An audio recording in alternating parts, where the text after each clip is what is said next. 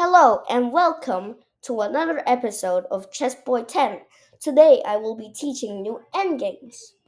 First of all, let's begin with the one rook endgame. Now, white here has a king and a rook, and black has a lone king. Now, the way you do this is by boxing the king into a square like this. Now, the king cannot get out, or else it's an illegal move. So the king goes to c4, kicking the rook. The rook has no defenders, so it goes away. Now, the king goes here, and it's still boxed into a box. The king comes here, and because the rook cannot make the box even smaller without hanging it, the king comes in and protects it and helps it. The king moves up one square. Now, the box is able to become smaller, and the king is boxed in. Now, king b4 happens, and now the king goes out, and now the king is still boxed into a box, and the king is also coming here and trying to make it smaller. Now, the king goes to c4, preventing this move, or else the king just escapes. Instead, the king comes out. Now, the king is again forced to move, so king b4 happens, and now you are able to make the box smaller. King a3. The lone king walks into the A file, and now once again white is able to make the box smaller by doing this, rook to b3. Now the box is super small and the king can only move on these squares. King a4 and king b2. The king walks in now to help the rook. King goes here. It's kind of helpless now. The king goes over, the king comes back, and now the two kings are in opposition. There's only one move for the king, and it's over here. Now you are able to make the box smaller by doing rook b4.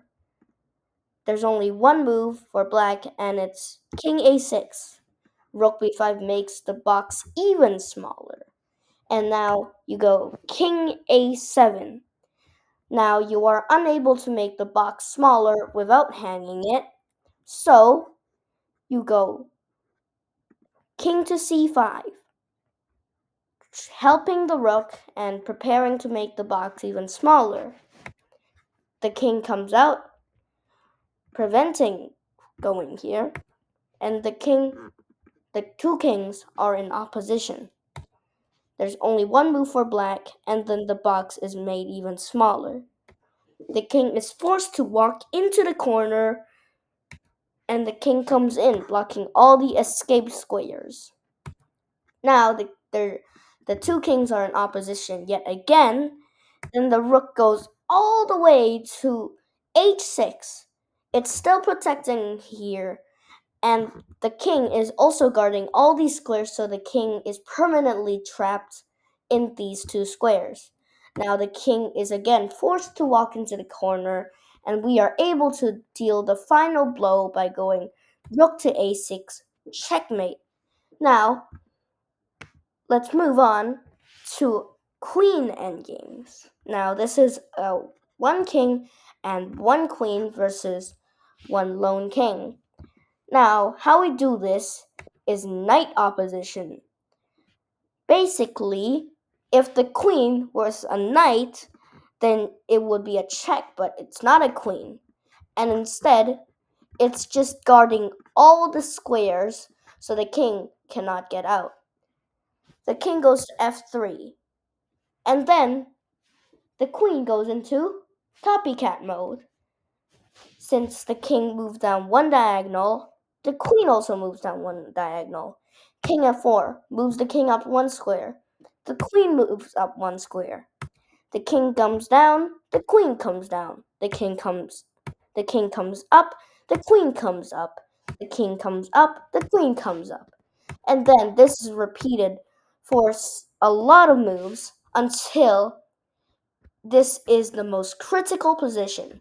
If you maintain knight opposition and go queen to g6, it is a stalemate because the black king has no moves. So instead, you have to bring the king over while the black king is just forced to repeatedly walk to these two squares. The king comes over and you deal the final blow by going queen to g7 checkmate. This controls all the squares that the king can move to, and it is also protected by the king. Let's move on to our final position, which is a two rooks checkmate, also called the ladder checkmate. Now, the reason why it's called a ladder checkmate is because it's a bit like a ladder. Basically, you box the king into a box, and now the king is forced to be on the e file. Now, the king comes here. The other rook comes in, and now the king is forced to the d file. If the king comes here and kicks our rook, we simply go back. Now, the king rushes over, but it's already too late.